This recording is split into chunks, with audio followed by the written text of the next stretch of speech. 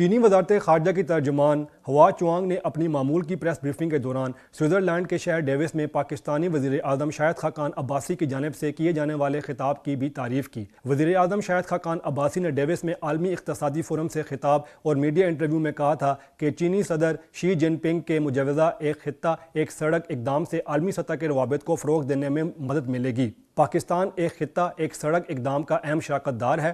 وزیر اعظم نے مزید کہا تھا کہ اس منصوبے سے پاکستان میں معاشی بہتری آئی ہے۔ چین اور پاکستان کے بنیادی ڈھانچے کے تعمیری منصوبوں سے ہمسایہ ممالک کو بھی فائدہ ہوگا۔ چینی ترجمان نے کہا کہ ایک خطہ ایک سڑک کا اقدام چین سے شروع کیا گیا ہے، تاہم اس کا تعلق پوری دنیا کے لیے مواقع اور اہداف سے ہے۔ انہوں نے کہا کہ چائنا پاکستان اقتصادی راہداری منصوبہ خالصتاً معاشی تعاون کا منصوبہ ہے، اس پر کسی علاقائی تنازعات یا تیسرے فریق کا کوئی اثر نہیں پڑے گا۔ چینی وزارت خارجہ کی ترجمان نے امید ظاہر کی کہ بھارت بھی اس منصوبے کو اسی تناظر میں دیکھے گا۔